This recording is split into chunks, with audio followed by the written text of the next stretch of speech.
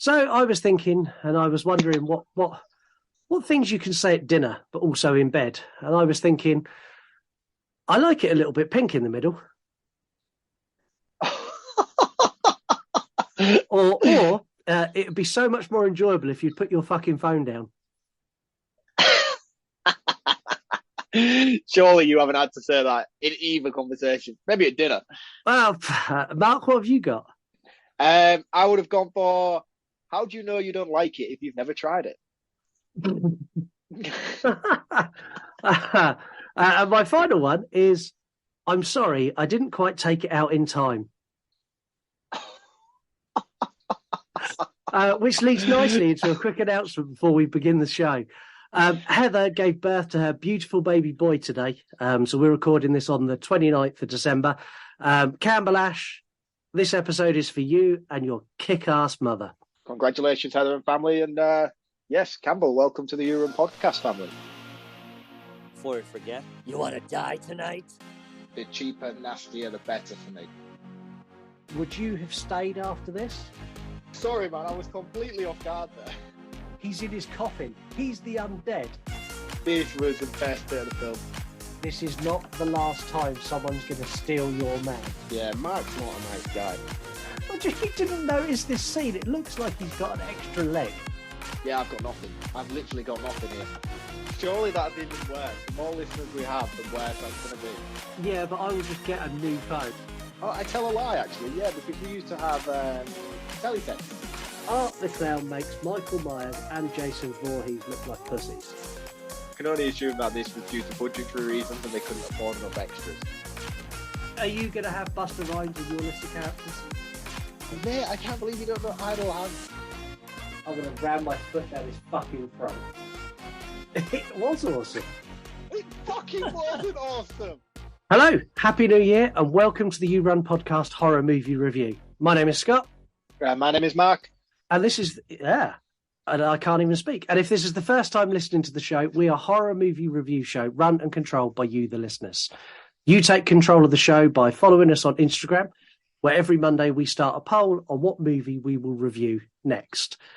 We also have lots of other interactive features like scoring the movie, 3-word review, and our new feature for 2023, hot takes. Excited. Yeah. If you want to take a more active role in the show, you can do that by calling and leaving us a voicemail. You can do it in the link in the episode description where you're listening right now, or you can do it at our website, yourunpodcast.com, or simply send in an audio DM message to us on Instagram.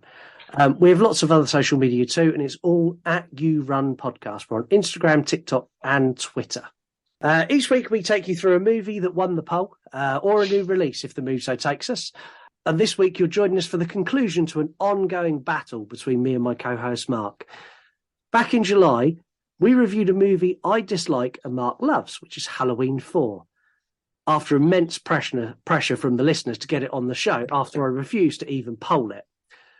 Despite what Mark may lead you to believe, I came off of that episode with the upper hand. Mark conceding. Did you? You conceded for the majority of that episode. Anyway, that led into a special episode in August where me and Mark pitted our favourite franchises against each other, his being Halloween and mine being A Nightmare on Elm Street. And that, I'm sad to say, Mark come off with a convincing win. You took that one. I definitely took that one, yeah. You did, which has led us here. On that episode, we discussed the rankings of the franchises, and I ranked Halloween H20, 20 years later, my least favourite. Shortly after that, I was forced to put it in a poll, and surprise, fucking surprise, it won. So let's get into it. Here's the trailer. All right, nothing to fear. The coast is clear. Nothing's missing. They did a real number on your office. My office? Oh, there's crap everywhere.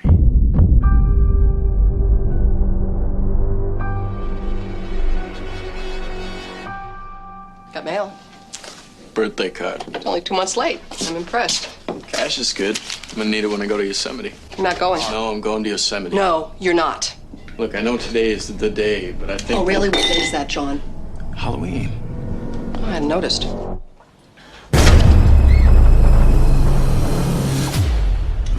through with all that.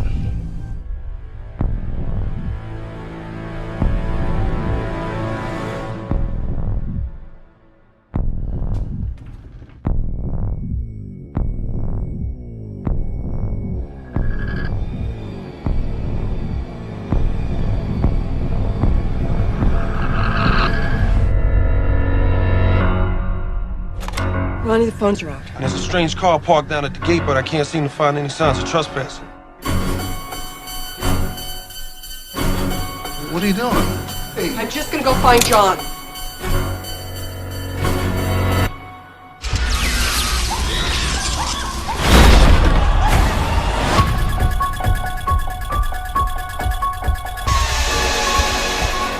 Go to the dogs.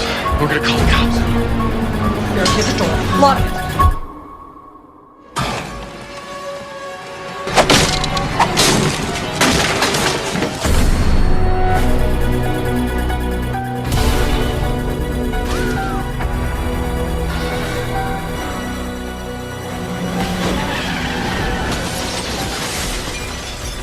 Now, before we dive into the movie, we got a message, and we got this before Christmas, and it was meant to go on our Bloody Christmas episode, and I wasn't very well, and I completely forgot. So apologies to the person who sent this message in, but here's the message we got. Hello, Scott. I've been quite busy. My schedule. It's solving world hunger. Elon Musk is not returning my calls. And, well, self-loathing, stealing Christmas. Oh, and just a size. I can't cancel that again. Dave, thank you so much. The Grinch himself. The Grinch himself. Before we do get into the review, last year we had such a great response to Marc's recommended account of the week that I'm pleased to announce it will return throughout the whole of 2023. So, Marc, who's the first account we're going to follow this year? Recommended account of the week. So the first account of this year is Hendrik Honk Nielsen. I hope I pronounced that right. He's Swedish, so I'm sure at some point or another Swedish horror nerd will come at me and tell me that I pronounced that completely wrong. Yeah, Skarsgård. Skarsgård.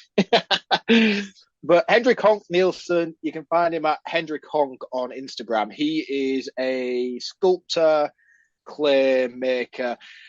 The only real thing I could use to describe it is a diorama. And my only real reference point for a diorama is what I've learned on The Simpsons. It's like a 3D modeling picture, if you will. So yeah, I know what you mean. Yeah, so he clay sculpts, but he specializes in obviously horror and what I can only describe as dioramas. He's got some incredible ones from like The Lost Boys. It says "Cry Little Sister," and there's David like popping out from the frame of the picture. He's got some Friday the 13th ones, terrifying ones. There's a Killer Jaws one as well, which looks absolutely fantastic. Oh, the best shark movie. No. Sadly, he hasn't done Deep Blue Sea, but I'm living in hope. He's done some great things. The Thing as well, the Thing one I know you'd like quite a lot. These are all hand created himself and then hand painted himself. And he takes you through the process of how he does them all on his stories and his reels and stuff like that. It's really, really interesting. And he's a really, really talented man. So if you do like that kind of thing, or if you just want to buy any of his products, you can go and follow him on his LinkedIn account and find your way to Etsy or whichever website he's using to sell them all. But it's really, really fantastic stuff. And I think he does commission pieces as well. So if there's anything in particular you wanted him to base a section of his artwork on, you could contact this guy, tell him that you really like a screen piece, and I'm sure he'd come up with something very fantastic for you to work with that. But yeah, I want a You Run podcast piece, you and me in our studios. That would be cool. I mean, I'm sure if we message him, we could get it. You would probably insist on that being shirtless, though, so I don't know if I would. 100% that's shirtless. It's a shirtless diorama. You have problems with being shirtless. We need to sort of work on that. But anyway, the guy is called Hendrik Honk Nielsen, and you can find him at Hendrik Honk, which is HenrikHonk on Instagram. So go and give him a follow. Yep, and as always, if you do go and follow him and you do like his content, comment and let him know that the You Run podcast sent you there. As I mentioned earlier, you score the movies. You do that on our Instagram stories. It's at You Run Podcast. They pop up about a week before we do the episode. It's a sliding scale, 1 to 10. And please, for the love of God, listeners, for the first score of the year, do not let me down and score this trash really, really high.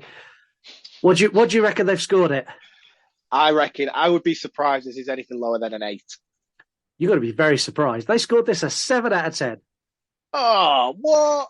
Yeah, I'd take that as an instant win. I don't know. That's still pretty high, man. That's still in like the top end. Anything less than a 6 would be worrying. Yeah, but I'm going to start this run through with a bit of a disclaimer. I hate this movie. It is the lowest ranking in the Halloween franchise for me. But that doesn't mean it's a bad movie. I'm going to highlight the things I dislike as we go along, but I'm not out to completely trash this film into the dust. I'm not, because I know that there's lots of people who love it. I'm not going to let you do that to it either. So, but I am going to highlight the points that are bad and why they're bad, and see if you have any counter arguments to that. Probably not. I know this is flawed from start to finish, but it's still fantastic. Yeah, Halla Scream is what it should have been called. That's not a bad thing. It's like Everybody always says, like, oh, yeah, it's just trying to be Scream. That's a good thing to try and be. Scream, the original Scream's a fantastic film. Why not try and imitate greatness? We'll get into that. We'll get into why a well-established franchise that has its own arc and its own story shouldn't try and copy something else because it's run out of ideas. We'll get there. Now you say it like that. Yeah, we'll get there. We start off with Marion returning home from her job as a nurse, and she finds her house has been broken into. She goes next door to call the police, and she bumps into a young Joseph Gordon-Levitt and his mate. And they call the cops, but Levitt decides that he's not going to wait, and he's going to go in and he's going to investigate. My hate of this movie spikes here. Straight away. What's wrong with this bit? It spikes here with Halloween's first attempt to try and be like Scream and to try and be meta by sticking him in a Jason Voorhees mask. It's like, what the fuck are you doing? Stay in your lane. It's just a hockey mask. It's not even the same Jason mask. It's just a hockey mask. And he has a hockey stick because he's playing hockey. All right, I'll let it slide. It's plausible. I like this opening scene a lot, though, because I think it's really clever the way that Nurse Marion, for making her return, she realizes she's been burgled, and instead of doing the stereotypical slasher thing of going in to investigate, she immediately flew up as a door and thinks, yeah, fuck that, and just leaves. Yeah, she does. She doesn't follow through with her initial plan, but hey-ho.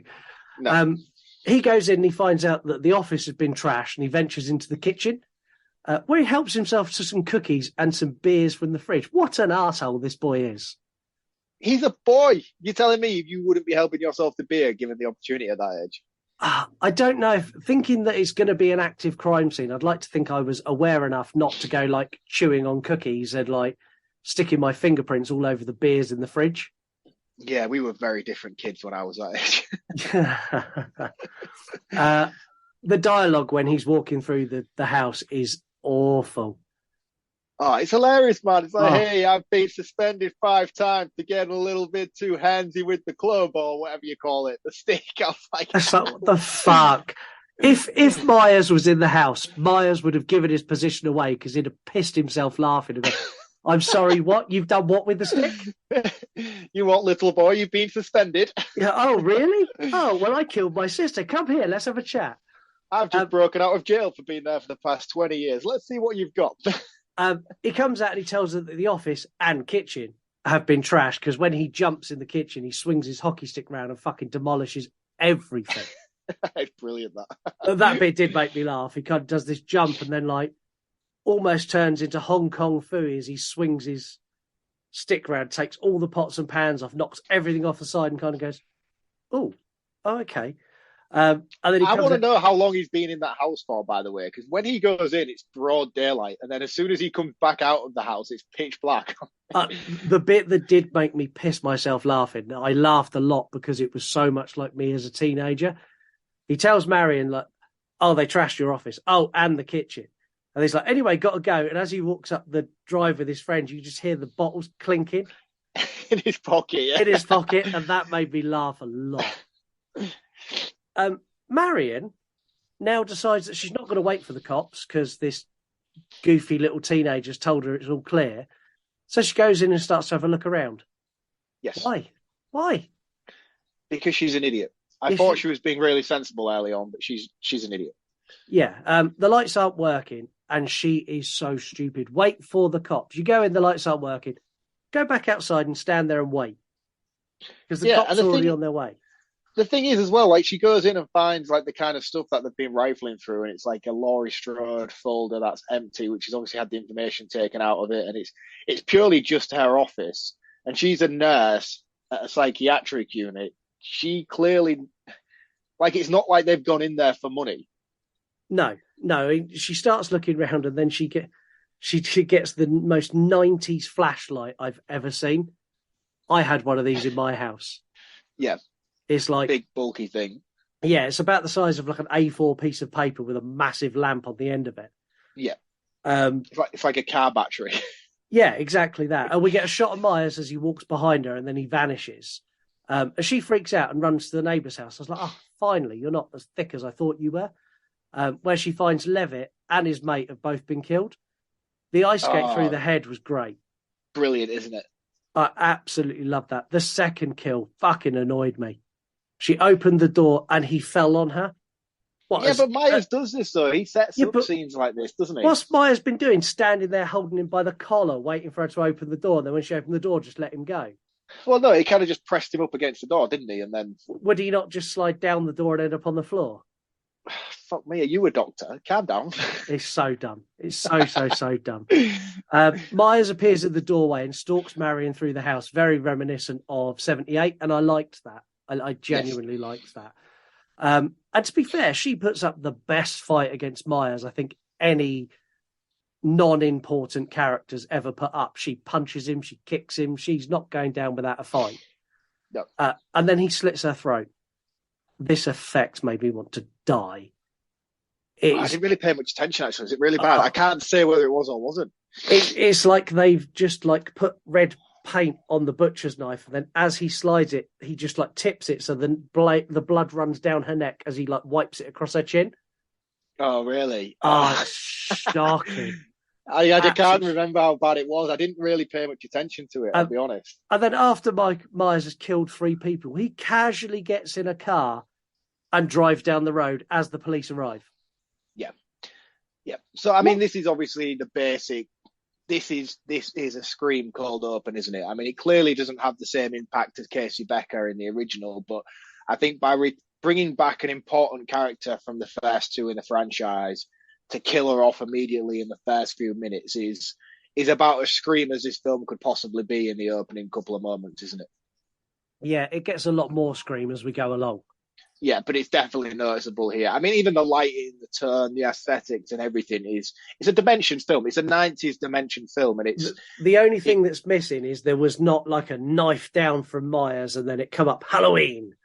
Yeah, pretty much. That's Kevin the only Williams thing. got his hand in this as well, hasn't he? So it's like, it's obvious this is the direction it was going to take. Yeah, it's very, very Screamy. And I'll be honest, that's probably my biggest flaw with it, is that I don't watch a Halloween movie to watch Scream.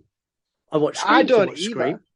Well, I don't either, but I love... way. If Scream went down like the Halloween Kills route, which I think it might do in Scream 6, I'll be sat here going, I fucking hate it. It's a Scream movie. Why is it trying to be Halloween? Yeah, I know what you're saying. But I love I grew up on 90s horror. This was my first introduction to the Halloween franchise, which I will get to later on. How did this become your favourite franchise if this was your introduction? I have an interesting story, one that I think I may have told on this show, like when I was a guest early on, but I'll tell it when I get to it. But this was the first Halloween film that I ever was introduced to, and I had to work my way back from this. And I loved it, but I loved 90s horror. I loved I Know What You Did Last Summer and Urban Legend, and obviously recently done episode Idle Hands. These are the films that I grew up on as a horror fan. So for me, this isn't necessarily a bad thing that it's like all of those. And I'm kind of more... I know I fall in the line of nostalgia with this film. And my love for it is nostalgia-based, but... It's fucking great, man. It's so entertaining. For me, it's like 80s light. Yeah, that's what it is. Yeah, it's like I don't know. It's like non-alcoholic 80s. It's shit. We get the crime scene where we get the local detective explains that this was once Loomis's house, and Marion was his care provider. They also joke about Maya still being alive, and we see Loomis's murder wall, which I like. I really, really like that. It's like everything that's happened in the previous movies. We get the opening credits as the title card hits, and Loomis gives a voiceover. This obviously wasn't Donald Pleasance because he had passed away. Do you know who does the voiceover for this? No, but I would love it if you told me it was a guy who does the Texas Chainsaw Massacre intros. No, it's Tom Kane. So Tom Kane is an incredible voice actor. He done a lot of work with Star Wars and Marvel, worked with Nickelodeon, countless video games. I knew him from a series my sister watched when we were growing up in the late 90s, which was The Wild Thornberrys. I love The Wild Thornberrys. Who did he do in that? Darwin. Oh, no way. That's a bit of a leap, isn't it? From that to Donald Pleasance. Yeah, so he's done Darwin. He's done, he voiced a couple of people in the Lego Marvel stuff. So he voiced Darth Sidious, and he voiced Darth Maul, and he voiced Yoda. And wow. I think he's voiced like 5 or 6 characters in SpongeBob, including SpongeBob. That's awesome. So he's brilliant. Opening credits are very impactful. I'm not going to lie. This bit is awesome. The thing I paid attention to this time around, though, is the stuff on Loomis's murder wall is actually like behind the scenes shots of the films as well. Like some of it's like photos of the crew with the big main filming camera and stuff. Yeah. So it must have been like I don't know the ins and outs of what the photos were, what they were supposed to represent, but whether this was like past crew members who had died and they wanted to pay homage to them or something like that. But it was weird to actually watch it and look at it and focus on the photos this time around. Did you spot the photo of John Carpenter? No, I didn't. No, so I was really looking as well. On the wall, there's a photo of John Carpenter, and he's pointing, like giving direction. And I was like, "That's awesome." It's like cool. It wasn't the main article. It was like another article in the corner that said, like, "Director has his big break." Yeah, you see, that's why I was looking around. I was trying to focus on things that I wouldn't usually pay attention to, like the Myers drawing, because then you had news articles in the bottom left and things like that, and they're the ones that I was trying to look out for. But I didn't catch the Carpenter one. I'll definitely go back and check that out though, because there's so much to digest just in that 30-second scene. There's a one huge thing I wanted to say to you though is do you know the detective's partner? Who is that dude? No idea. I see him in loads of stuff, and he's what I know. I've just come to me there. Do you remember in Scrubs? And there's Dr. Kelso's little sidekick doctor who follows him around like a little lapdog. Oh, of course, and he chucks biscuits to him and things. Yeah, in JD's visions. Yeah, and he plays the same character in this pretty much. Exactly the same character. For the life of me, when I was watching it today, I was like, I know you from somewhere, and I just cannot think where. And then all of a sudden, it's just come to me now. The stupid thing is, watching this opening montage, I sat there and went, maybe I've judged this too harshly. I think you have. Maybe I was like really, really too hard on this. And then I realised I hadn't, as we get the most stupid POV ghost walk shot through a school and a principal office of Kerry Tate. Oh, we get the first look at Josh Hartnett's horrific haircut, which I'm coming back to later. We get a god-awful flashback of the wardrobe scene in 1978, which transitions into Laurie Strode waking up and screaming. And this is a straight rip-off of another Wes Craven property, Nightmare on Elm Street. Leave other franchises alone. You have your own. It's just a dream sequence, man. Everybody has dream sequences in the films. I think you're trying too hard to take this down. No, I'm genuinely not. The ghost walk, and like you see like doors open but no hands touching them. I was like, fuck off. This is bullshit. Wes Craven doesn't own dreams, you know. Like, people can still use dreams in their films. Do you know, I think if there's an argument to be had that Wes Craven owns dreams in horror movies. Yeah, all right. That's a valid point. That's a T-shirt coming later this year. Wes Craven owns dreams in horror. I'd buy it. We see Laurie struggling with life, and her son, who's, I don't know, I don't know. He's kind of like he's just not believable. The relationship and the dialogue with these two just felt so wooden and unnatural. And I really have to disagree with you on that. I think that this is a very, very authentic portrayal of these two characters. I think the dialogue and the chemistry between them and the back and forth feels very authentic. I have to heavily disagree with you on that. I think really, yeah, I do. I think that the character dynamic between the two of them worked really, really well. I think Josh Hartnett's a great actor. Granted, he's very one note in most of the things he did at this age in his life. I don't think we really got much range from him until he started in Penny Dreadful. But I think he's great. I think he's very, very good at playing this sort of angsty teenager. And Jamie Lee Curtis is killer in this as Laurie Strode. This is the best Laurie Strode in the entire franchise, barring the original. This is the worst portrayal of Laurie Strode I've ever seen. Honestly. Anyway, let's see how much Halloween H20 can try and capture the essence of Scream as we enter the school. It's lit the same way. It's presented the same way. All of the characters and the friendships are ripped straight from Scream. We get a shot that shows Laurie hallucinating seeing Myers until like closing her eyes and convincing it's not real. Now, the friends are a group of four. You've got Hartnett, and then you've got a guy who's just like a Randy wannabe. You've got a Neve Campbell lookalike, who's Hartnett's girlfriend. And then you've got a Casey Becker-looking character who's dating the Randy guy. And he's Randy in more than one way, suggesting they have an orgy instead of going to the school trip in Yosemite. I think I'd rather go for the orgy. These girls are very, very nice to look at. Yeah, over a trip to Yosemite, I think I'd rather do lots of things. What is Yosemite?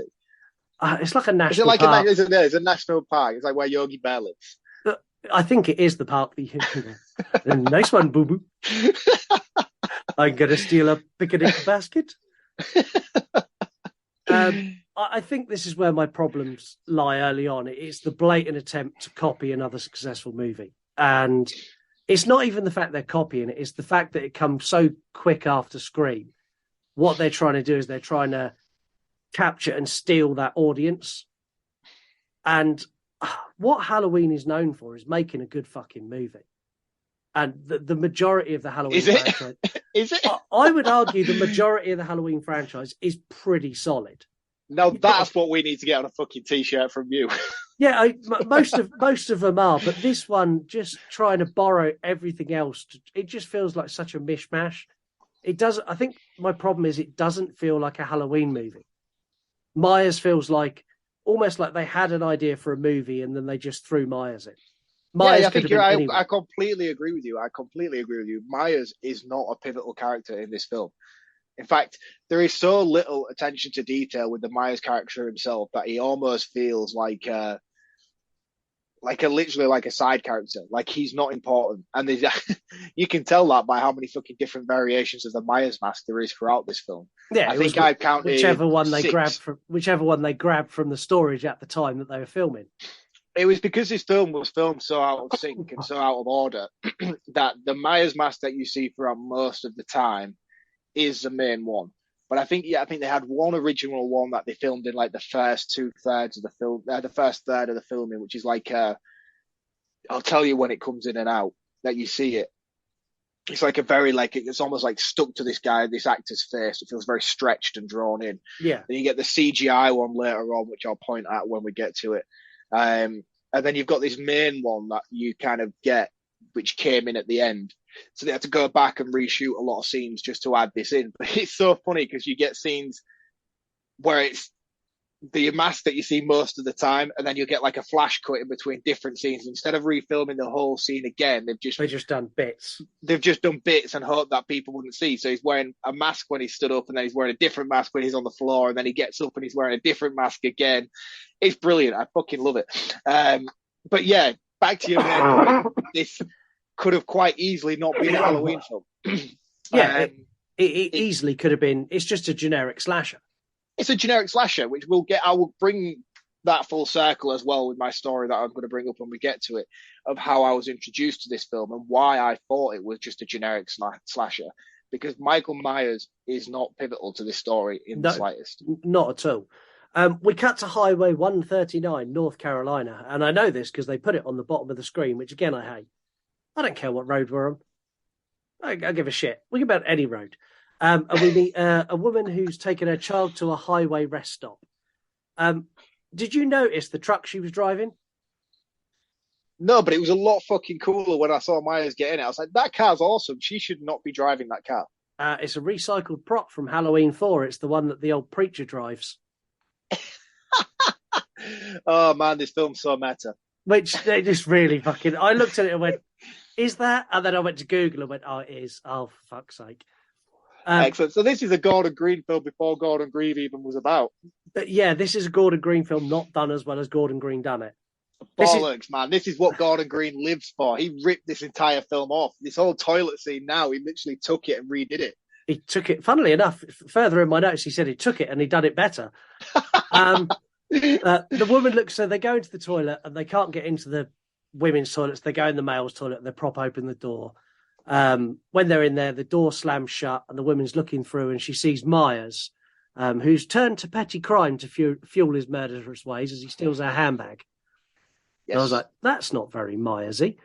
And then for some unknown reason, he leaves them both alive. I just thought it was weird. It just didn't sit right with me. Myers doesn't do that. Yeah, but it's a kid though, isn't it? Yeah, but the mum wasn't a kid. Then again, you say that. He spent the entire fourth and fifth film trying to kill a kid, so I don't really know where I stand with that argument. Probably funny. He started his entire franchise by killing a fucking kid. His sister was a kid. Yeah, all right, okay. Yeah, this makes little to no sense. I don't understand the logic behind, or at least even killing the mum and leaving the kid there would have made more logical sense. But yeah, it's 90s slashers, and in all respect, 90s slashers are actually rather tame nowadays. If you go back and watch a lot of them, they're pretty fucking tame. Yeah, this is really tame. I mean, he steals the keys and then he goes and gets in the H4 weird Jeepers Creepers van and drives off. This scene adds nothing apart from to fill out time. This movie is an hour and 26 runtime full. That includes 7 minutes of credits. Yep. It's lacking a lot, and they needed filler scenes like this to drag the poor fibre of a story they had through into a feature-length movie. Yeah. I mean, like I said before we even started recording, I remember saying to you, there's not a lot of substance to this film. This is Halloween, H20. This is the return of Jamie Lee Curtis. This is the return of Laurie Strode. This is a massive story. This is a massive cash grab. There is literally no plot to this film whatsoever. I mean, there is, but it needs a better writing team to see it execute properly, because it literally... I remember clocking in at about, I think it was about 40, 50 minutes, and we haven't seen a single on-screen kill by the time we get there. And I was looking to my clock and I was like, holy shit, like we've got like 20 minutes left to go. And that's including credits. Did you sit there and go, holy shit, Scott's going to rip this to bits? Oh yeah, I knew this was coming. We get a school assembly where Laurie is giving the students the rule of their school trip. I'm not going to lie, I found Laurie Strode, or Jamie Lee Curtis, pretty hot in this scene. I quite like her stamping down the rules. She's amazing. Her rules are shockingly shit. Yeah. If I was a teenager, these rules would not be making me smile. No sleeping bag hopping, no drinking, no drugs, no fun, no nothing. You go to the park, you look at the trees, you come home. Like, fucking no. She's a principal. She has to set ground rules. Yes, and this is where we meet her love interest, who is the most budget Jeffrey Dean Morgan lookalike they could possibly have found. I like him. He looks like something from Grey's Anatomy. Oh, his acting is so bad. Honestly, it hurts my soul. This guy is dreadful. Also, they kiss. And I don't know if you paid any attention to the kiss. She gets very tonguey, and I was like, this is a bit gross. I thought he was very much like, this is the only chance I'm going to get to kiss Jamie Lee Curtis, so I am going to try and eat her entire face. Yeah, but she behaved like a woman who's been married for 20 years and thinks this is the only opportunity I'm going to get to kiss another man, because she is like necking on, licking his chin and stuff. I'm like, Do we think they would get doing the dirty off screen? No, probably not. She's just sass as fucking she's Jamie Lee. Yeah, I reckon he definitely went home and beat his meat a couple of times after filming these scenes. Dude. Well, welcome to the You Run podcast. After their terrible kissing, she says that she needs a day off and she can't be doing all this kissing and tonguing and stuff. And she's going to meet him for lunch at 1:00. We now meet security guard and struggling writer Ronnie, played by LL Cool J. Honestly, I would have taken a movie about this guy becoming a writer over what we get. He plays the same character and everything. He's awesome in this, don't get me wrong. He's just as awesome in Deep Blue Sea as his struggling chef.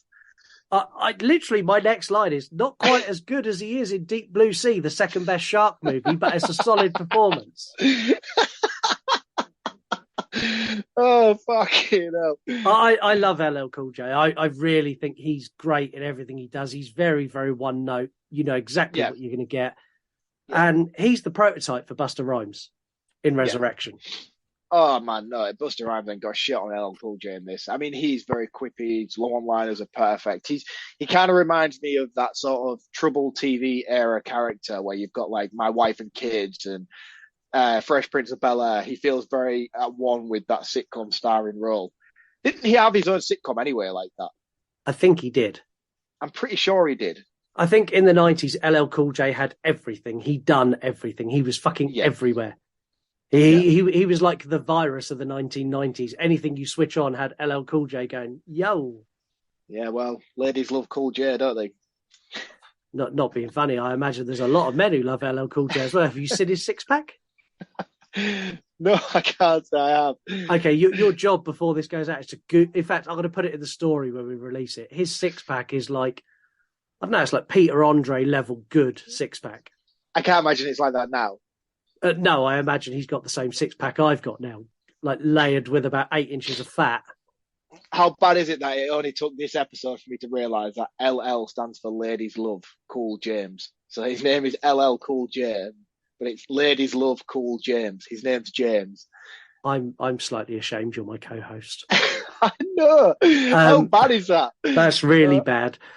His wife is moaned at him to stop trying to be a writer.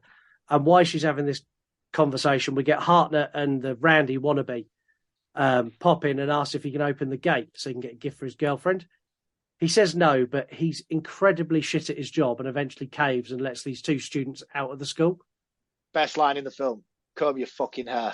Yes, and I'll get to that in facts because that was not in the script. I know it wasn't either. In the town, Laurie arrives for a lunch date with the budget Jeffrey Dean Morgan while she hallucinates Myers again. This is as dumb as Ghost Billy in Scream 5. Oh, I don't know. It's not that bad. Ghost Billy in Scream 5 is fucking diabolically bad. Yeah, it is. You're the daughter of a serial... No, I'm not going there. Here's that knife I hid behind the curtain 30 years ago before we renovated the full building 3 times. It's still there. They never found it because they never changed the curtains. Fuck Scream 5. After a filler scene of our lunch, we get a cameo from a character in a Ghostface outfit. Did you spot this? No. So it's a character dressed as the Grim Reaper that attacks a woman and pushes her against a car because it's Halloween. But when he turns, if you go shot by shot, because I'm sad like this, and I did, he's wearing a Scream mask. Awesome. Yeah. Awesome. Yeah. I like Jamie Lee Curtis in this scene as well, though. I think this is the best.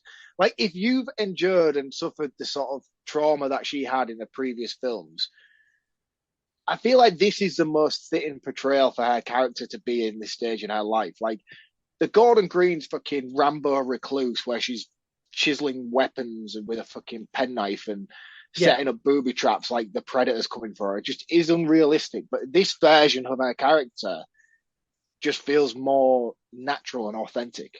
What, like she would be an emotional wreck. An emotional wreck, yeah, you would be. You would be. Thing is, you say she's an emotional wreck, but she is until she spots her son out on the street. And she goes off on him way too harsh. And I'm guessing this is partially down to the half a bottle of wine she necked at lunch. Yeah, she went hard at dinner, didn't she? Yeah. Lunch date, she has like a full glass of wine. We're not talking like a proper measure, a full glass of wine. Then she bitches at the guy that she wants another one. He looks at her glass like, you've not drunk that? And she's like, I said now.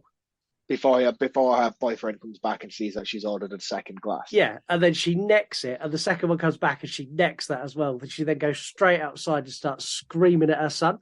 I love how she catches them both and she tells the other kid. I can never remember that other kid's name. I want to call him Alan because it's a kid from Jumanji. I can never remember.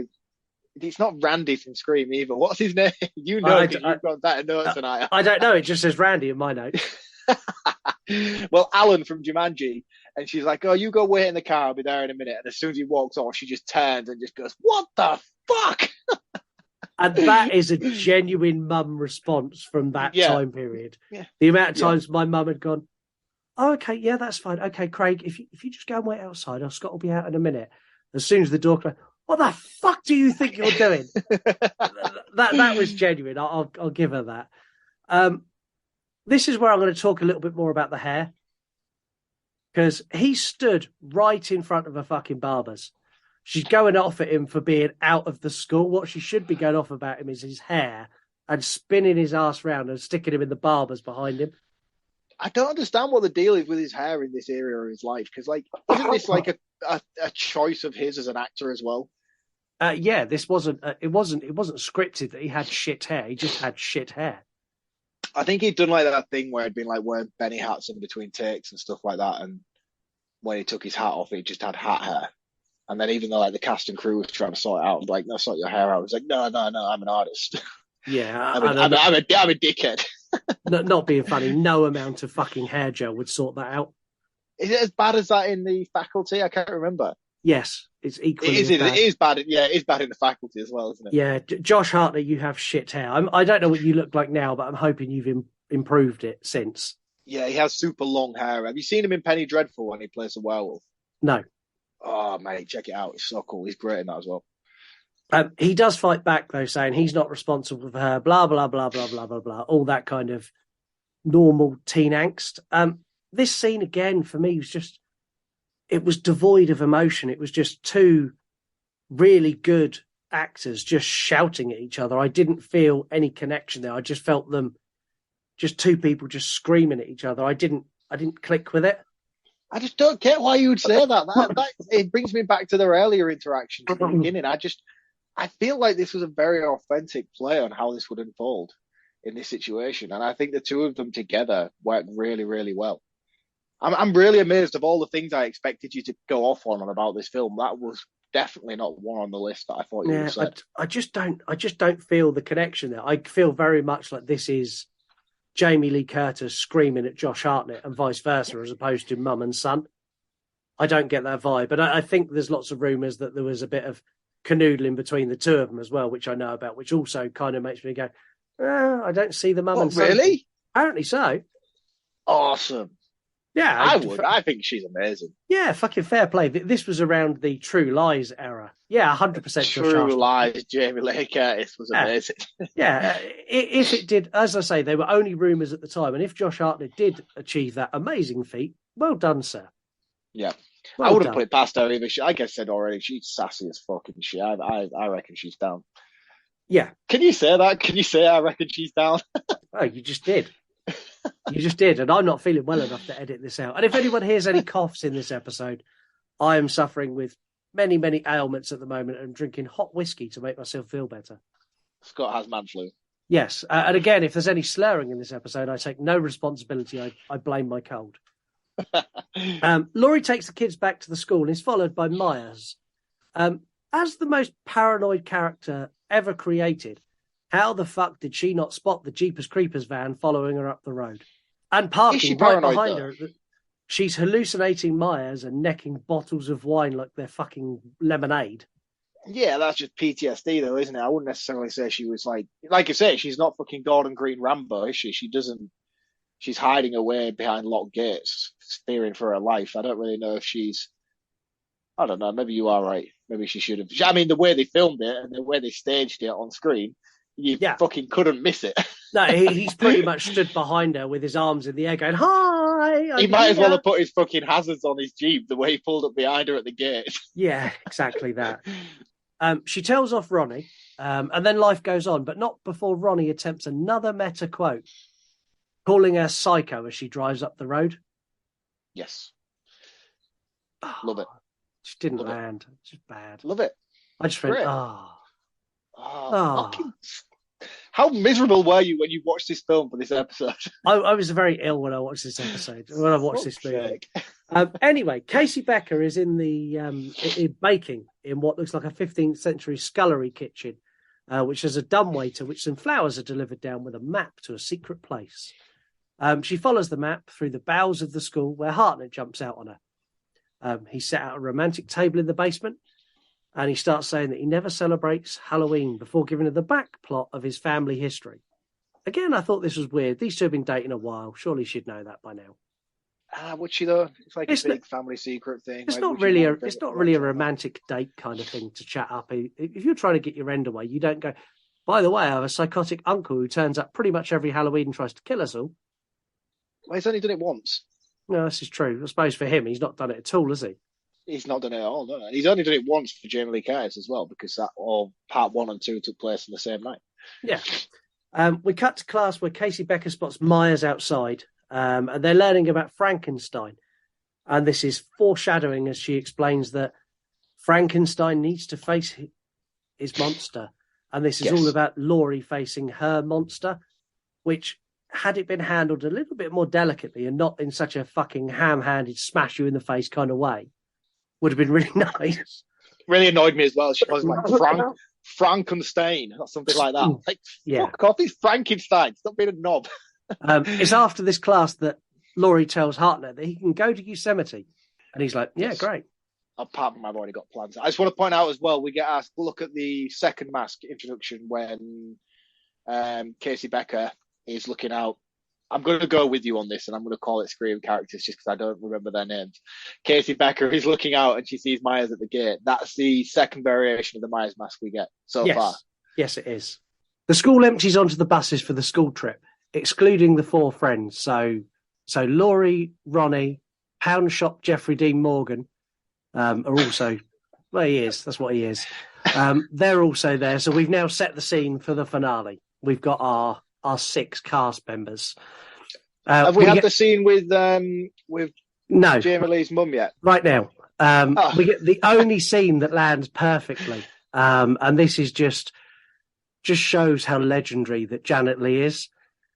She arrives hitting us with the line, "It's Halloween. I guess everyone's entitled to one good scare." Quality. Harken back to the original.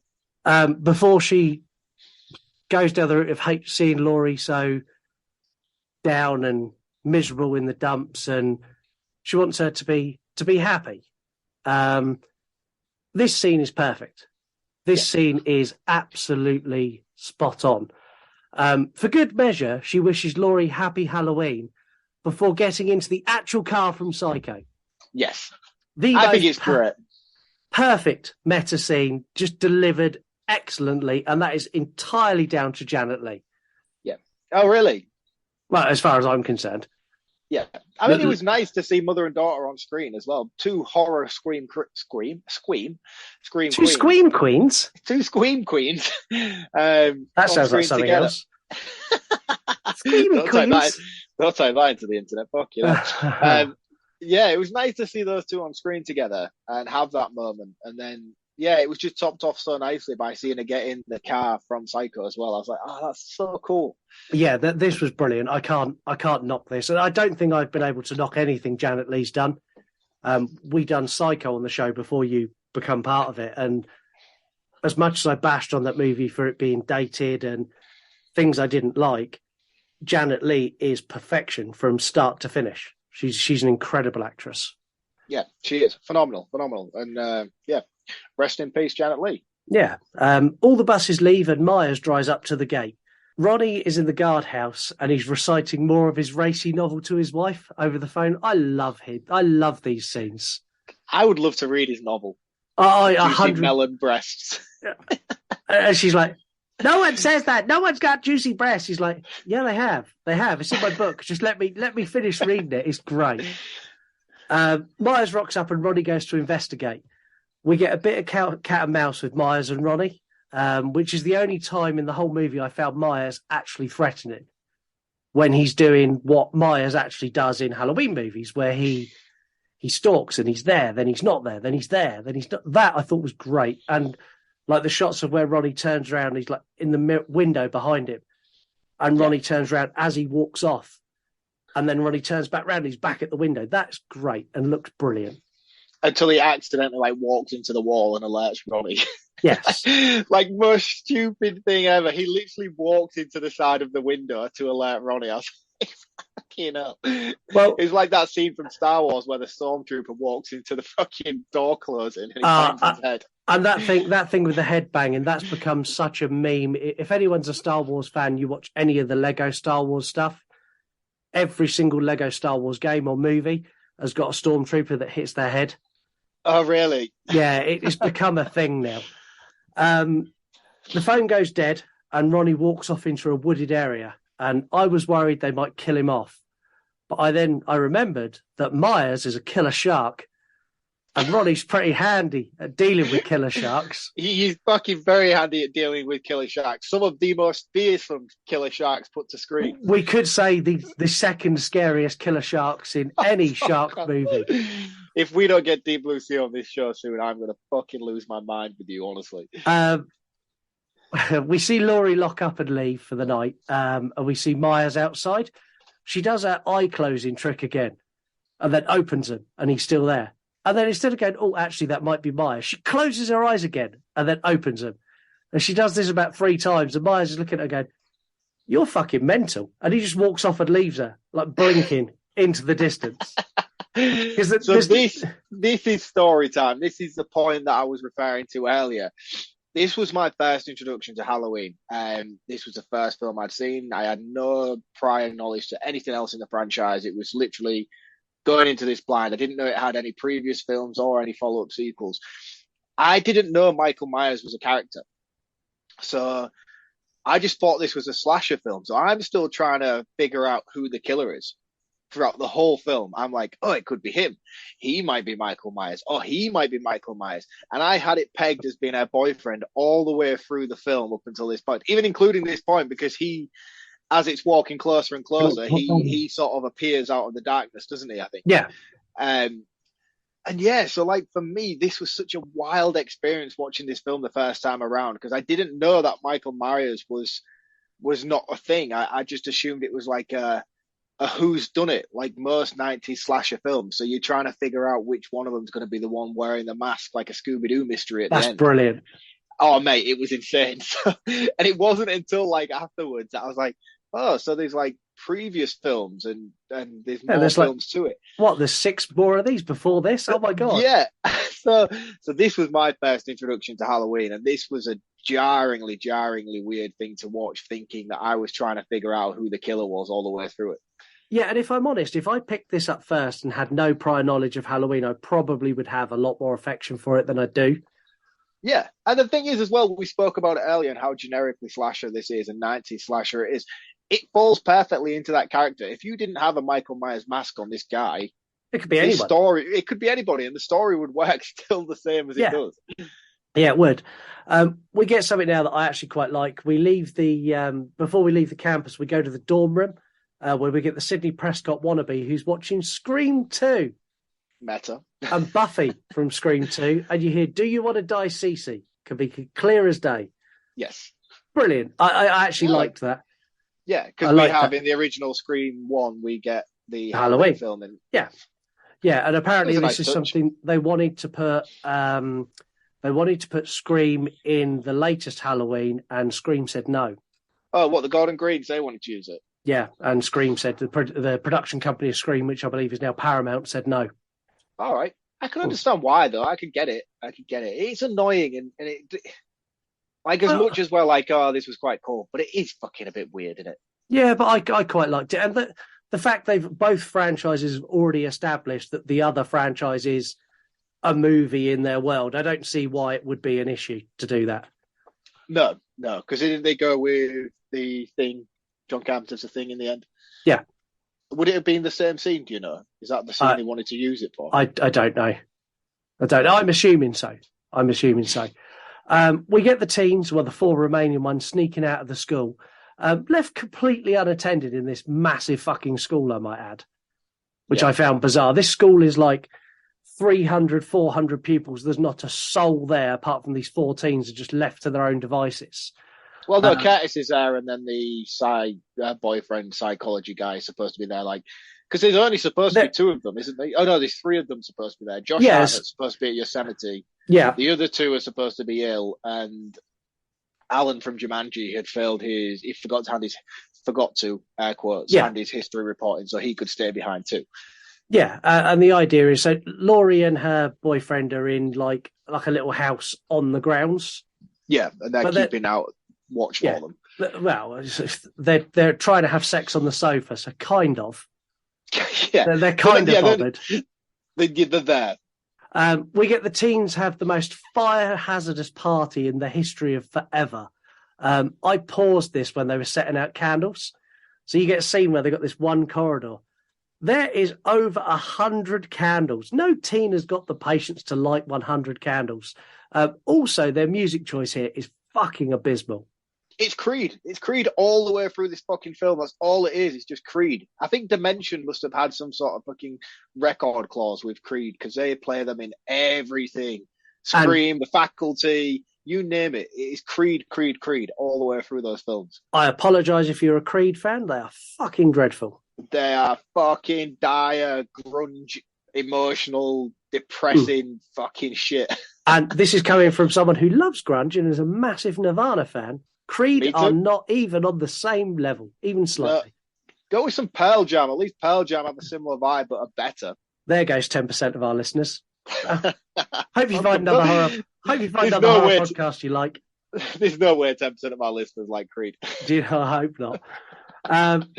So their party, this just wound me up so much, consists of a single bottle of wine that they stole from the shop in town and the leftovers from the canteen.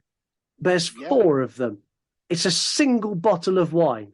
Oh, but when we were kids and we used to get drunk in the park, we could do it on a single bottle of Jack Frost. I think it was Jack Frost White Lightning cider. Yeah, but that's different. This is a bottle of wine. This is 4 glass. Heather Silman would have demolished this fucking bottle and just left these 3 others like sat there with nothing. Oh, I don't know, mate. She's just had a baby. She hasn't had a drink for nearly a year. See how she does on her first episode back. But when she was a teenager in this scenario, she'd have been like, "Get the fuck off my bottle of wine. Go find some more booze for you lot." I'm expecting her to come back on her first episode, do half a bottle of wine, and then recite Twilight word for word. I hope she does.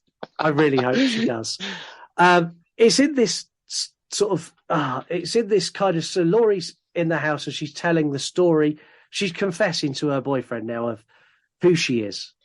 Yeah, she's not this. Past. Yeah, she's telling everything about her past, and he's like, "And how old were you?" And this is where she spots a 17th birthday card on the mantelpiece, and then she freaks out because this is the age she was in 1978. Yeah. She tries her phone and it's dead, and instantly she goes, "Oh, Myers is back." She grabs her gun and sets off to the school. Also realizes that Josh Hartnett didn't go on his trip. She opens the door and is confronted by Ronnie. And it was only at this point that I realised the house was on the grounds. Yeah. Up until this point, I thought she'd gone like home and just left these 4 kids in the school on their own. No, it's a gated community. She lives within the school. Yeah. Yeah.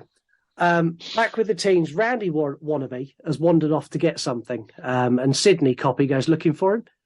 I was expecting him to be dead, but he jumps out and scares her. He couldn't find a corkscrew for their single bottle of wine, so he jumps in the dumbwaiter and goes up the wheel, pulls himself up, saying the words, "I'll be right back." Fuck this guy and fuck this movie. Idiot! As if why would you even say that? Why would you even say that? He's watching Scream 2 earlier on. Well, he's not personally, but Scream is clearly in this universe. Yeah. Why would you say those lines? It just, to the point, I had my notes on my lap and I threw them on the floor. Fuck this. How dare Surely not. This was all right. This was how dare you say the words he said? Surely you can't have been that fucking angry about it. I was so annoyed. I was so annoyed. Anyway, he finds a corkscrew and drops it down the waste disposal as soon as he grabs it. And he's trying to fish it out, and this is when Myers pops up behind him. CGI Myers. Bad CGI Myers. Oh man, this is insane. Why the fuck did they do this? I'm not sure. There must be a reason, but I don't know why. I think coming back to what we were talking about earlier, I think they've got the one mask that was supposed to be filmed later on, and I think they couldn't refilm this scene. And I think the mask that they maybe used to film this scene with Alan from Jumanji was the one that they didn't go with in the end.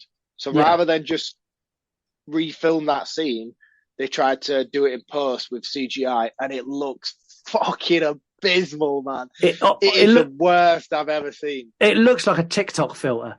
It's terrible. It's so bad, especially now in like 2023. Happy New Year, everybody. It looks insane. It really does look insane. It is shocking. We jump downstairs and Sydney is, the lights have stopped working. And the dumbwaiter comes down and we see dead Randy Wannabe inside. Another off-screen kill. So this was the point where it dawned on me that I've not seen Myers kill anybody yet. No. And she has the best kill as well. She has, at least the best kill of attack kind of thing. Nobody actually dies on screen in this film. No. But she has the best sort of attack chase sequence, and he chases her into the dumbwaiter, traps her leg. Her leg gets fully mangled, which is fucking brutal. That looks brutal. Yeah, and the effects work that I used in it is so good, which is what's disappointing about the fact that we don't see anybody die on screen, is because when the effects works come into play, especially in this scene in particular, they look outstanding, and it's so disappointing that this could have been done better. I mean, Hartnett's killed off screen. Not Hartnett, sorry. We get Gordon Green early on. I keep saying Gordon Green. Gordon Levitt killed off screen early on, and his pal Marion was killed on screen, but not worthy of anything. No. And that is it up until we get to this point, and we see Alan from Jumanji get killed off screen. Because his is a cutaway as well, isn't it? He goes to stick his hand, he gets a bottle opener out. We see CGI Myers, and then it cuts to black. Yeah. The next thing you see of him is when he comes down in the dumbwaiter. Yeah, and then the next thing we get with Grungy Sydney is he's attacking her. I think he kills her on screen, but you don't. You only get you get her point of view of looking up at Myers as he stabs her in the chest. Yeah, but what he does afterwards is phenomenal, and a scene that stuck with me for fucking time. That scene is brilliant, and to be fair to Myers, he achieved something that Ghostface has never managed to achieve. He killed Sidney Prescott. He did, and not only did he kill Sidney Prescott, but he started home decor with her as well. Yes, he did. So this is where Hartnett and Casey Becker find the bloodbath in the kitchen. There's no one. There's just blood everywhere, but no one there because we know Myers likes to move bodies and position them round. They enter the storage cupboard as she's hanging from the light and sparking, and it looks brilliant. So what he's done is he's hollowed out her chest. There's a big hole in her chest, and he's fed the light fitting through her mouth into her stomach and hung her from the ceiling with her mangled, twisted leg just dangling, barely hanging on by a few tendons. And they turn the light on. The light comes on in her stomach, like some sort of Ed Gein light fitting. It looks insanely good. So cool. It's a really gross E.T. Yeah. It looks insane. It does. Again, it's just it shows great potential of the kind of things that they could have achieved with this film had they committed to it better, because everything else is done off screen. Yeah, had they had a decent script, decent writer, and a decent cast, the things they could have achieved. Wow. Yeah, because the idea's there. Yeah, the idea's there. They see Myers outside, but this is where Myers turns into H4 Myers. So he chases them out, they run away, and then he teleports and appears in front of them. And he jumps. He jumps off a fucking hillside. Yes, he does. It's so bad. I mean, he stabs Hartnett in the leg, and then Casey hits him with a rock, and they run away. And they get to a gate, and it's locked. They manage to unlock the gate, and then she drops the keys, the side of the gate that Myers is. But instead of him picking up the keys, which we know he can use because he uses them in cars, he decides to sling his arms through the bars and flail wildly at them with a knife. Yeah, but then again, he does eventually decide to go for the keys, and this is the scene that I was talking to earlier about how it transitions between good mask and bad mask. So you get the Myers mask that we see throughout all of it, but then when he bends down to pick the keys up, he's got bad Myers mask on. Yeah. And then when he comes up again, he's got good Myers mask on. And then when he looks down to the keys to try and open the gate, he's got Bad Myers' mask on. It's fucking weird. It's really, really jarring. And it's one of those scenes where unless you were paying attention, you wouldn't notice it. But as soon as you notice it, you will never be able to unsee it. Yeah, you can't unsee it once you've seen it. And as Myers gets through the gate, Laurie opens the door and shuts the door on Myers. And this is where we'll get what I'd probably refer to as the iconic shot of the movie, which is Myers looking through the round pane glass and Laurie looking back. Yeah. And it's a great shot. Looks great on posters, but that's about it. Laurie looks down to get a gun and then Myers disappears. Yeah. This is where Laurie goes full Final Girl mode. She locks Hartnett in his bad hair and his Scream rip-off girlfriend in the cupboard before taking her boyfriend through the halls to hunt for Michael. Her boyfriend is so stupid. Yes. He's got the gun and he shoots Ronnie. He's about as good a shot as Dewey from Scream. Yeah, but he shoots Ronnie. What? How would you confuse Ronnie with Myers? Does he shoot Ronnie, though, or does he just shoot aimlessly and then the light fitting falls on Ronnie's head? No, he shoots Ronnie. Does he actually get shot? Yeah, he actually shoots Ronnie in the shoulder. Oh, does he? Yeah. Oh, apologies. I thought he was just being an idiot and then he shoots wildly and then the light fitting falls from the ceiling and hits Ronnie on the head. No, he shoots Ronnie, but it's fine because we get Dollar Tree Jeffrey Dean Morgan is killed by Myers, who's obviously now got an electrified knife because when he stabs him, he jiggles like he's had 1,000 volts put through him for about 10 seconds. This is a callback to Halloween 2 when he kills the nurse. I can't remember the name of the nurse, but he stabs her in the back with a scalpel and lifts her up off the floor. Myers isn't this strong.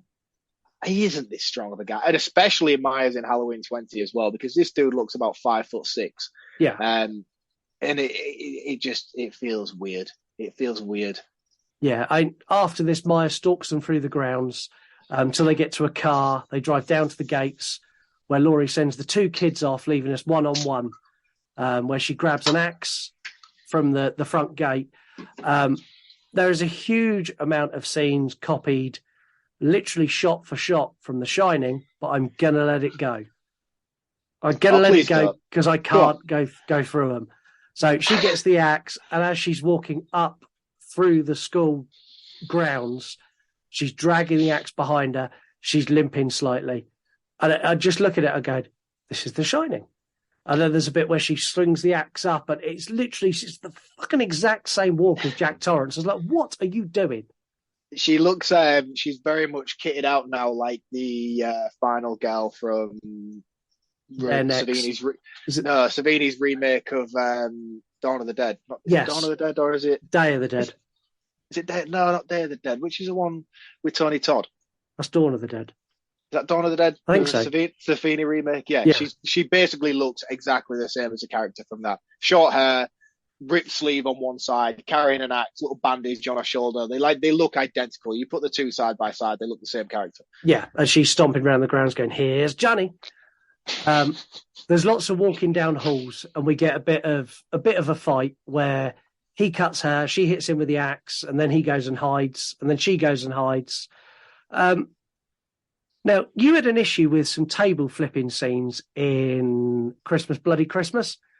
How do you feel about Myers' table flipping scene here, where he does exactly... Oh, really? I fucking love it. And I knew you were going to call me out on that as well.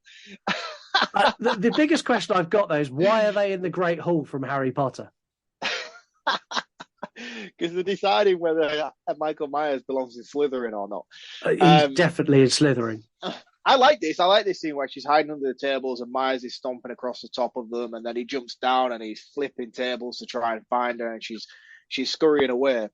I thought this was really cool. It's very tension filled. She's throwing knives around left, right, and center. It's a very good final act. It is a very good final act. It's a good showdown. It's a worthy showdown for these two characters, I felt. I have issues with the knife throwing, because the knife throwing is just like, she's not even like trying it. She's like, you know, when you like half throw like a pillow for your kid to catch it? Like really, yeah, but that's what I'm saying. Like, she's not Gordon Green, Rambo, Jamie Lee Curtis. Like, why the fuck would she be good at throwing knives?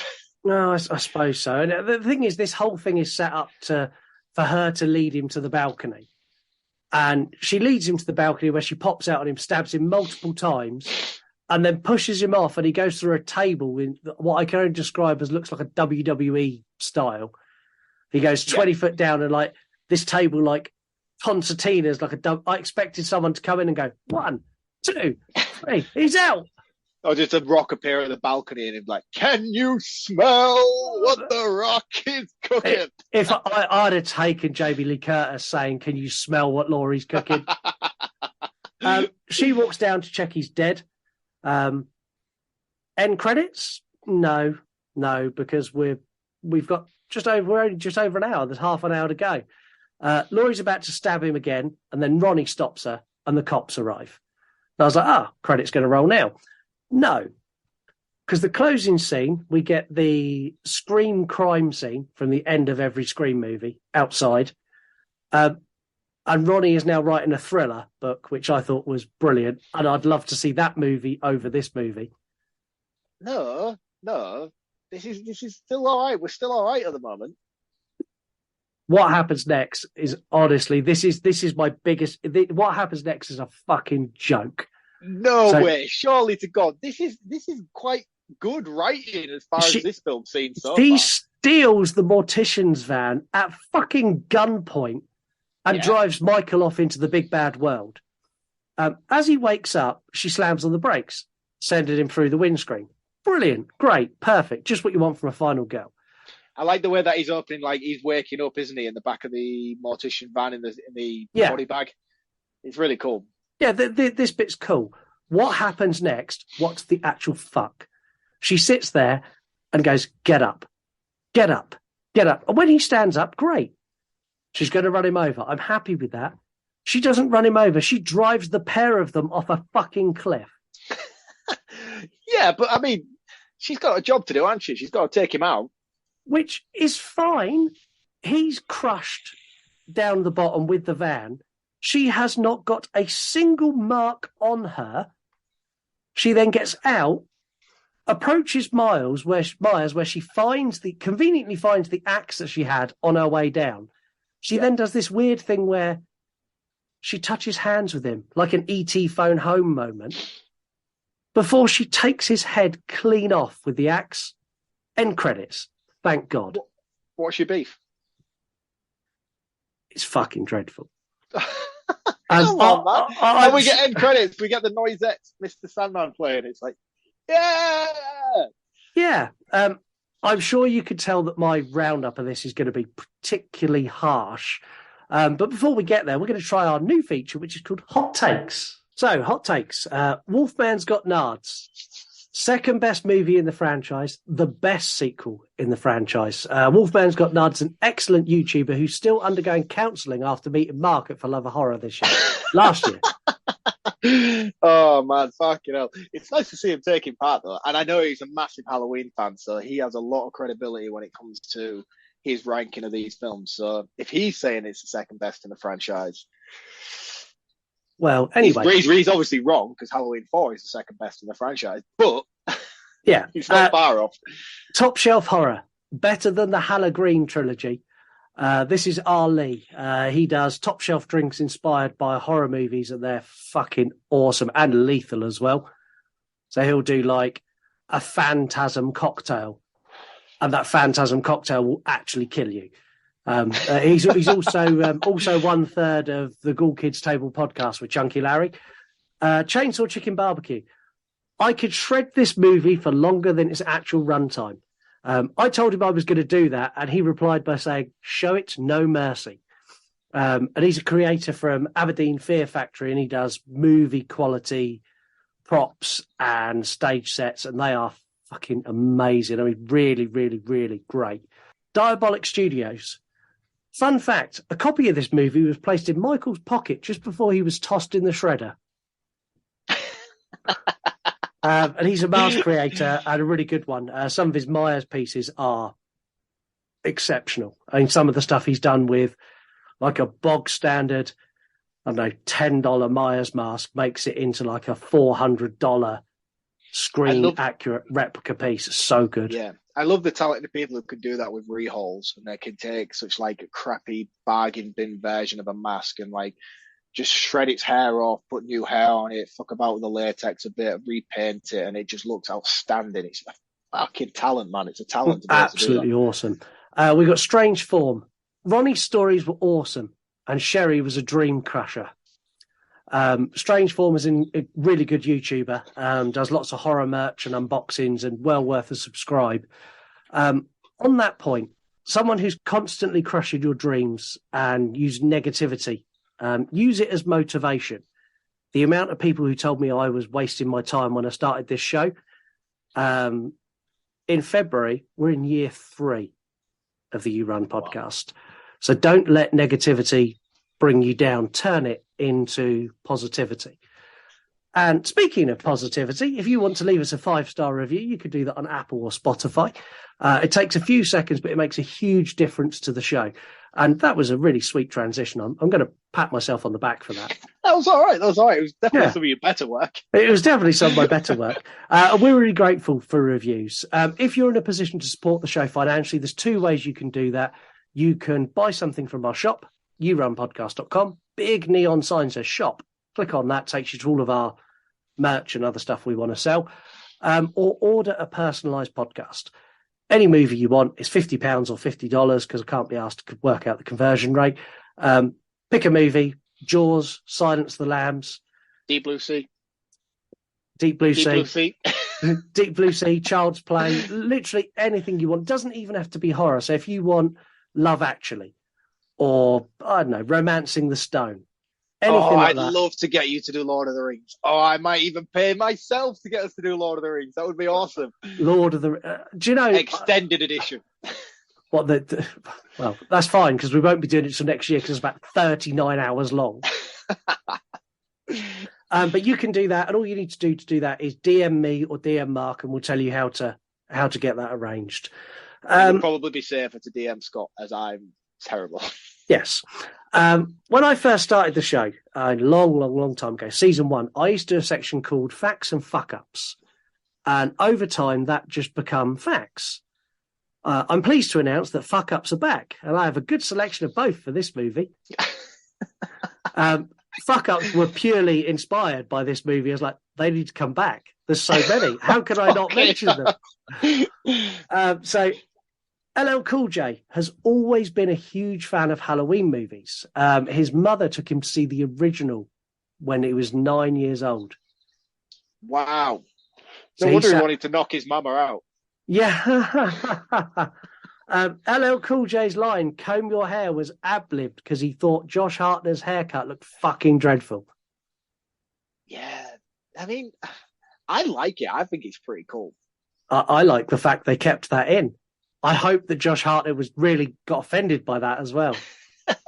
It must have been so cool to just sit there and be like, yeah, comb your hair. Hilarious. That was hilarious. Such a burn. Such a burn. I'm going to keep that in. Do you reckon when they called cut, he strutted off going, fucking teach him, comb his hair.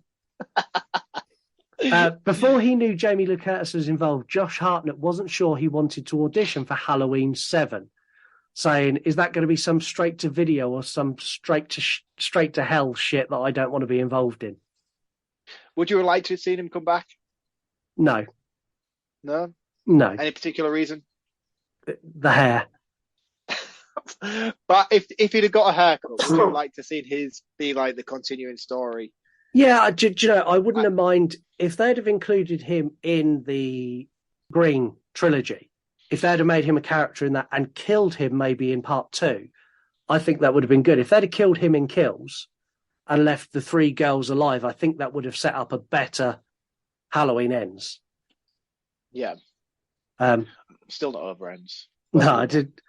This is Janet Leigh's first feature film in 18 years.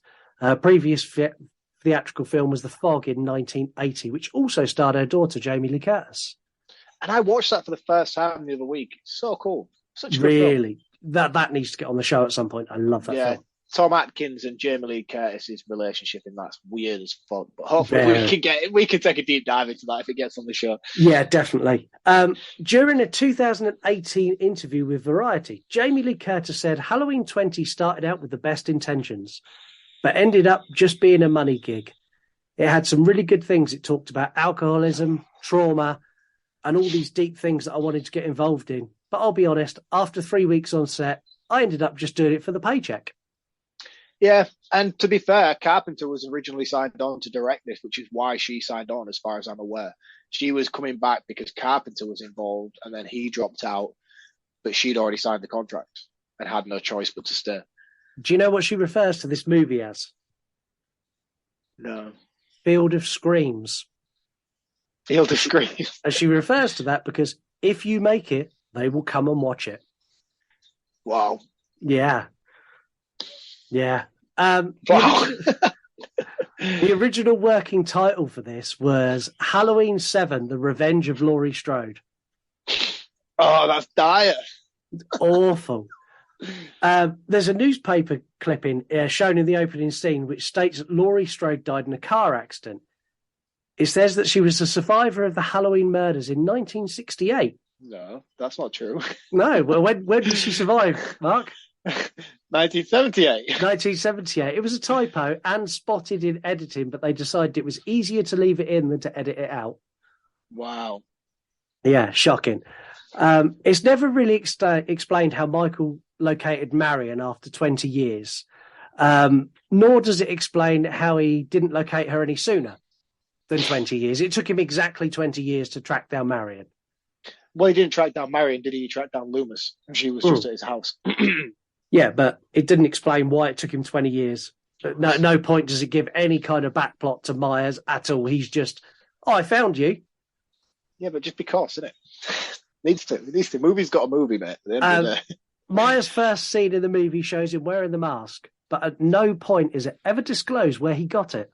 Right, okay, you're not being nice right now.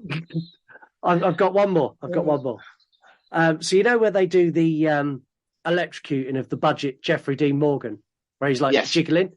Pause that scene when they pan back and they show Myers lifting him clean off the ground, because you can clearly see the wires that are about as thick as my little finger holding him in the air. Can you really? It's so obvious as well. I literally paused it and laughed a lot. Oh, that's terrible. That's terrible. This movie is nothing more than a badly conceived studio cash grab, which has been openly admitted by Jamie Lee Curtis. A cash grab isn't necessarily a bad thing. And there's lots of cash grab movies that I fully buy into, but this one I don't. There are gaping plot holes all over the place. I find the acting wooden and unrelatable. All of the scenes are off kill. All of the scenes are off kill. All of the kills are off screen. It feels cheap and rushed. It's packed with pointless scenes that this movie could have been told cohesively in 40 minutes. Easily, as you cut all these extra scenes out. It's shameful attempts to be meta, stepping out of its lane, missed by a mile for me. Excluding the scene with Janet Leigh, honestly, is the highlight of the movie for me.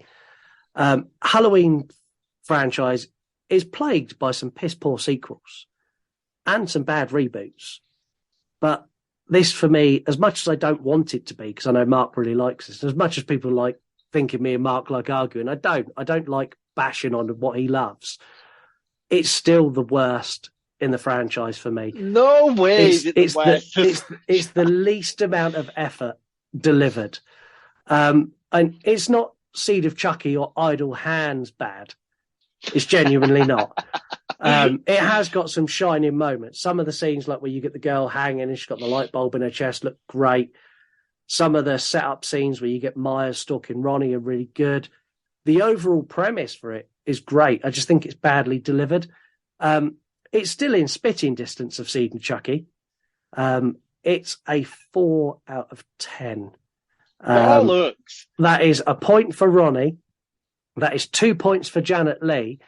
It's a point for convincing Jamie Lee Curtis to put her name to it. And that is pretty much where I am with it. I really dislike it. I'm sorry, Mark. It's shit. Right. You have to feel the wrath and the consequences of your actions. I'm said ready. to myself going in, I was like, this little fucking dickhead, if he gives this a score any less than 6, he's getting a quiz. I'm so sorry, what now? Yeah, you're getting a quiz. You rank this lower than a 6, and you're getting a quiz. Fuck Welcome off. to my show, bitch. Really?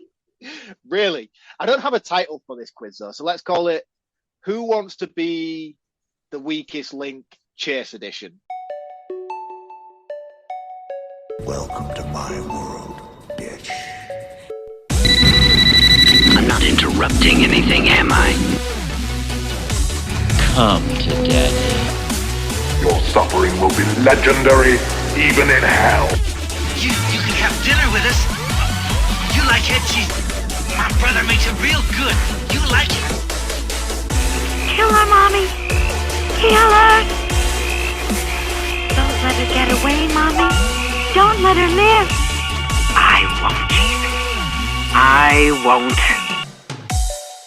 That's about the best I could come up with off the top of the cuff. You Hey, know man, you've got consequences for your actions. You know I'm poorly, right?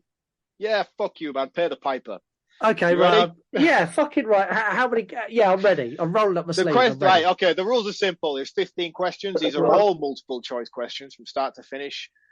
There is not a case of you get one wrong and you're out. We're going to play all 15 questions and we will get to the end and we'll see how you do. Okay. These are a broad scope of horror knowledge and we will put it to the test as punishment for your disrespectful nature towards the Halloween franchise on this episode. And in case anyone's wondering, this is not pre-planned because I'm looking at Mark now and all that he must feel the venom and fucking anger coming from my eyes. The thing is, I know that you promised me that I would face no more quizzes this year, so I was like, this is fucked. It's not fun. Okay, right, I'm ready. Question number 1. In The Omen in 1976, who and what is Damien's real mother? You've got Jackal, Satan, God, or Nanny. Nanny. That is incorrect. The answer is a jackal. Oh, fuck. Okay. Be better. Not Question number 2. No, it's not a good time. In fact, I should probably write down your score as we go. Let me just grab a pen. I'm poorly. I'm getting none out of 15. Don't use your illness as an excuse. You deserve this. I don't think I do. Yeah, you definitely do. Is this how you feel when I get you a broken spirit? This kind of, I feel like I've been like violated. Yeah. Welcome to my world. It's not very nice. Question number 2. In Scream 1976, who was the first person to be killed by Ghostface? You've got Casey Becker, the principal, Steve Orff, or Billy Loomis. Well, it came out in 1996, not 1976. Did I say 76? You did say 76. Who were my I don't know options if I again? did. I don't know if I did. I think you just lost hearing on that because of your illness. You did. Who were my options? Casey Becker, the principal, Steve Orris, or Billy Loomis. Steve Orris.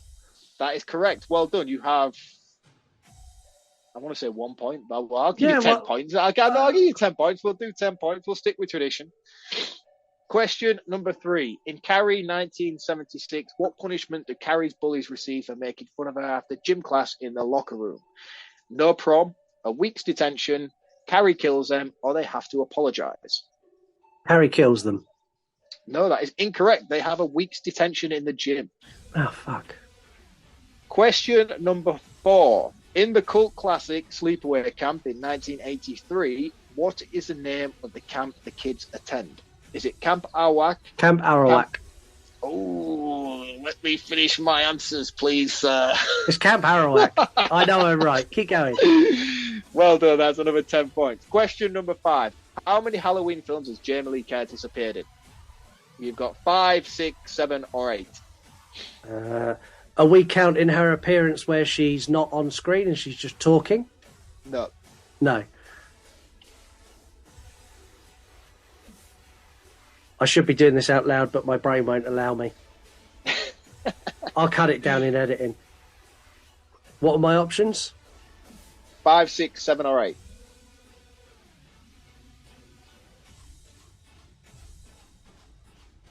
7. That is correct. Well done. That's another 10 points.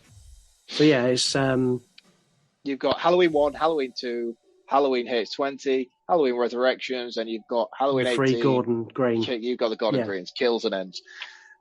Question number 6. In the original Nightmare on Elm Street 1984, where did Wes Craven get the idea for the name of Freddy Krueger? Was it a sibling, a school bully, a mean teacher? Bully.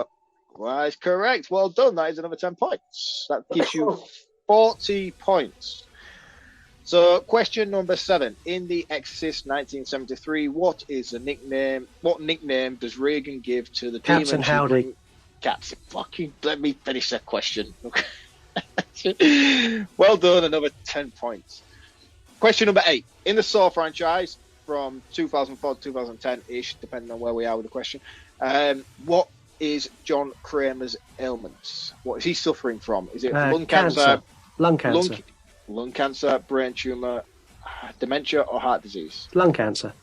No, it's not. He's suffering from a brain tumor. Is he really? He is indeed. So you don't get a point for that, unfortunately. Question number 9. In Psycho 1960, where does Norman Bates hide Marion Crane's belongings after murdering her? Is it the basement, under the motel grounds, the walls of her hotel room, or in a sunken lake? In a sunken lake. That is correct. Well done. Another 10 points. Question number 10. And speaking of Psycho, what material is used to create the blood in the now infamous shower scene? Is it cherry syrup, corn syrup and red food colouring, chocolate sauce, or paint and water? Chocolate sauce. How do you know that? How do you know that? Well done. I was completely expecting you to get that wrong. And it blew my mind that they used chocolate sauce to do that, because obviously it's a black and white film, so you wouldn't know what colour the blood effect was at the time.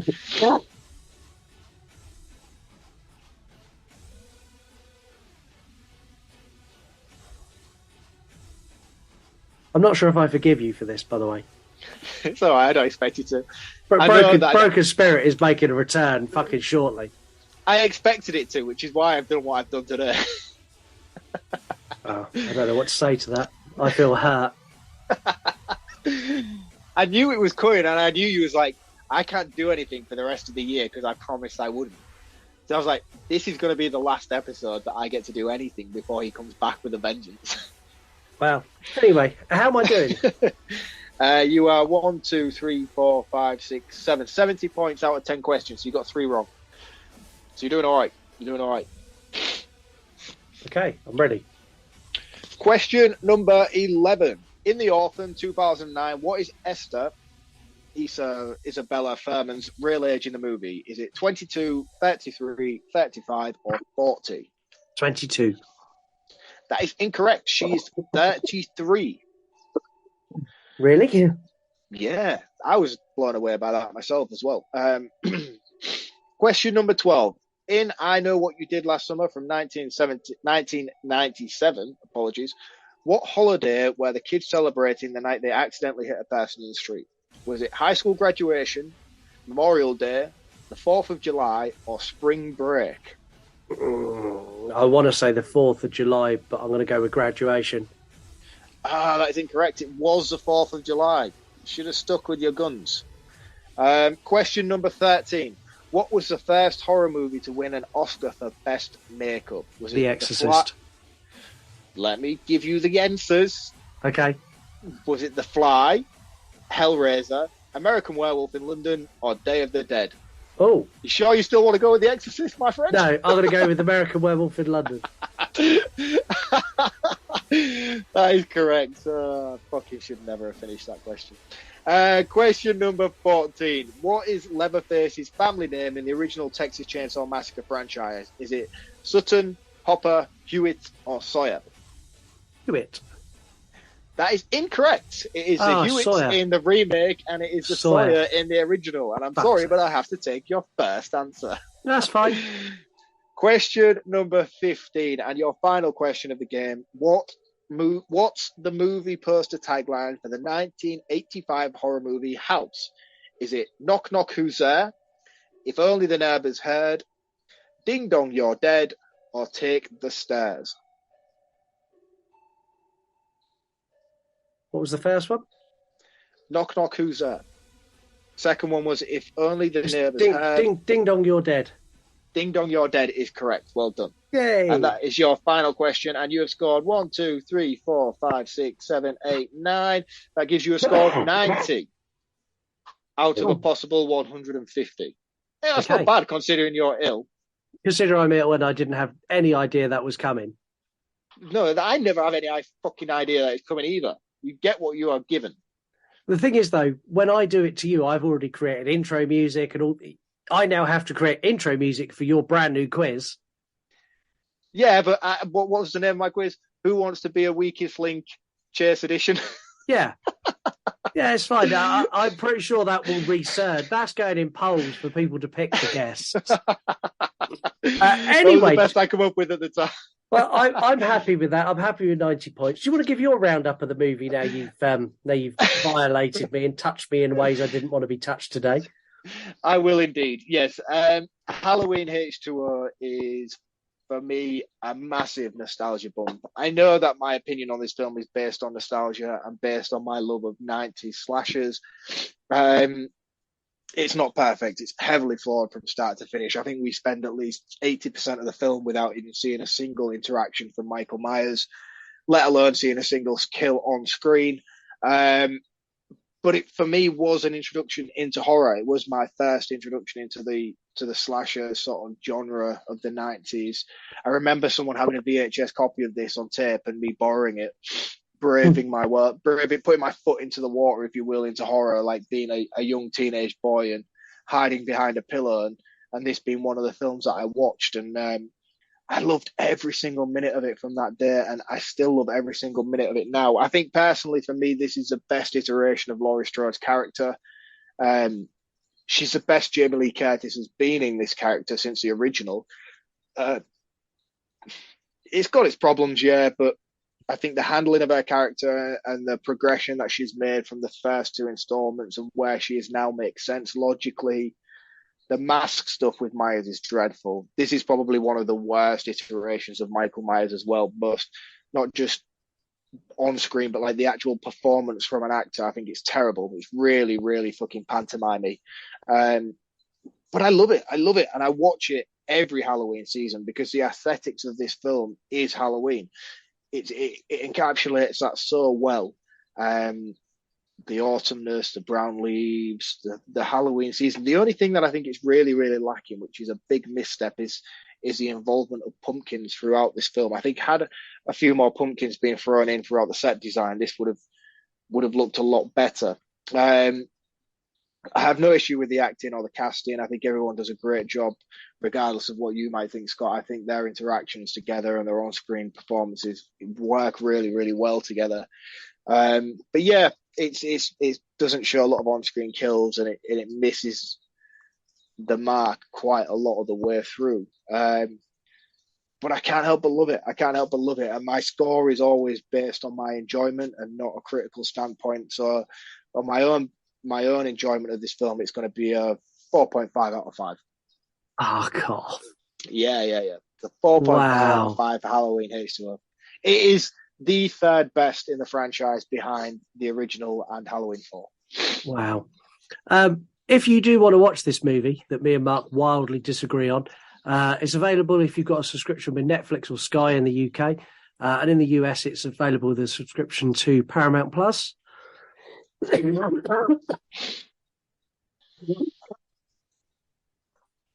Oh.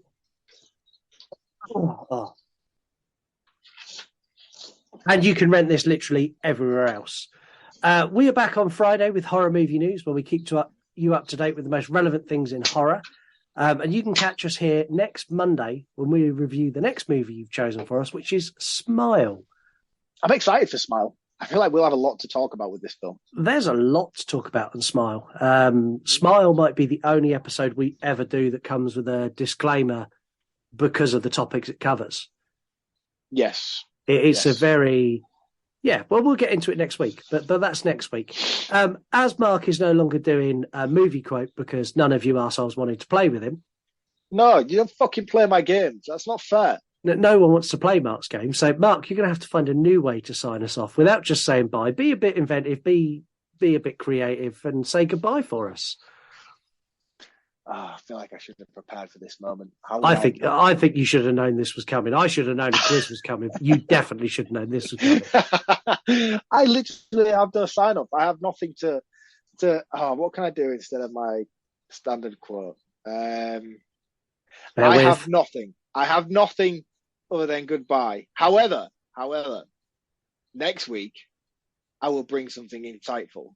and I will bring something creative, and I will try and do something that will engage everybody with my sign-off. So I failed you last year. I will not make that mistake again. Okay. Well, and until that wonderful moment where I'm we'll really get involved. fucking proper overhyped man then now. Yeah. I have nothing to bring next week. Yeah, literally next week, everyone is skipping the whole episode just to get to see what you say at the end. Thank you very much for listening, and we'll catch you all next week. Cheers, guys. See you next week. Before I forget, You want to die tonight? The cheaper, nastier, the better for me. Would you have stayed after this? Sorry, man. I was completely off guard there.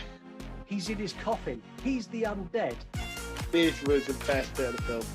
This is not the last time someone's going to steal your man. Yeah, Mark's not a nice guy.